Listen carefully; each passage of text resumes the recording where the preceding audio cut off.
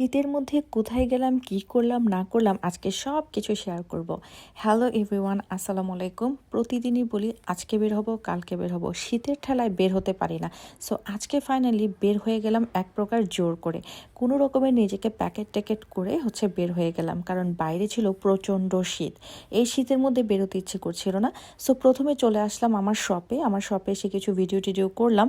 তার কিছুক্ষণ পরেই শপে চলে আসলো আমার কিছু কাস্টমার, যারা আমার লাইভ দেখে, ভিডিও দেখে। সো তাদের সাথে দেখা হয়তো অসম্ভব ভালো লাগলো। আর এই আপু নাকি 2018 সাল থেকে আমার ফলোয়ার। সো এটা শুনে তো আরও বেশি ভালো লাগছিল। সো আপুর সাথে অনেক গল্প করলাম এবং আপু আজকে এসেছে খুলনা থেকে।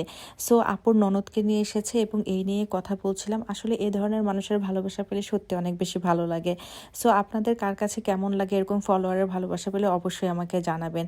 সো আপুরা চলে যাওয়ার পর আমি শপের কিছু কাজকর্ম করে নিচ্ছিলাম, কারণ গোল্ডের এই কিছু কিছু নোজপিন আমার কাছে ছিল না, যার কারণে লাইভে আমি দেখাতে পারতাম না। সো সেগুলো আলাদা করে আমি সেট করে নিচ্ছিলাম।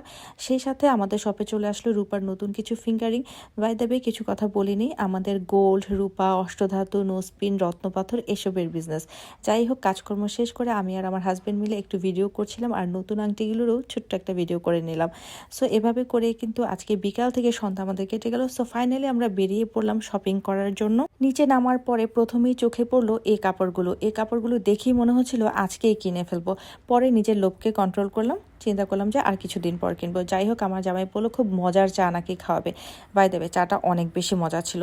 সো আমরা আবার বেরিয়ে পড়লাম কাপড় চোপড় কেনার জন্য। আর এখানে এরকম ঘুরে ঘুরে কাপড় চোপড় কিনতে আমি ভীষণ পছন্দ করি।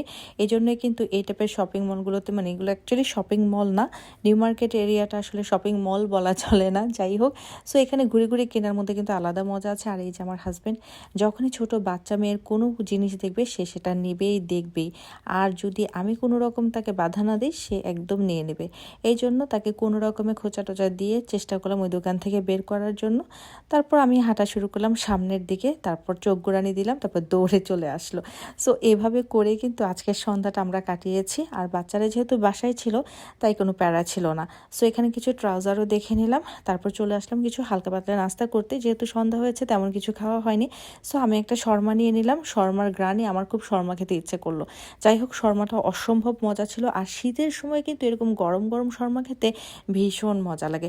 তারপর আবার নিজেকে প্যাকেট ট্যাকেট করে রেডি করে নিলাম। আর এখন আমরা চলে যাব আমাদের বাসায়। এই তো, আল্লাহ হাফেজ।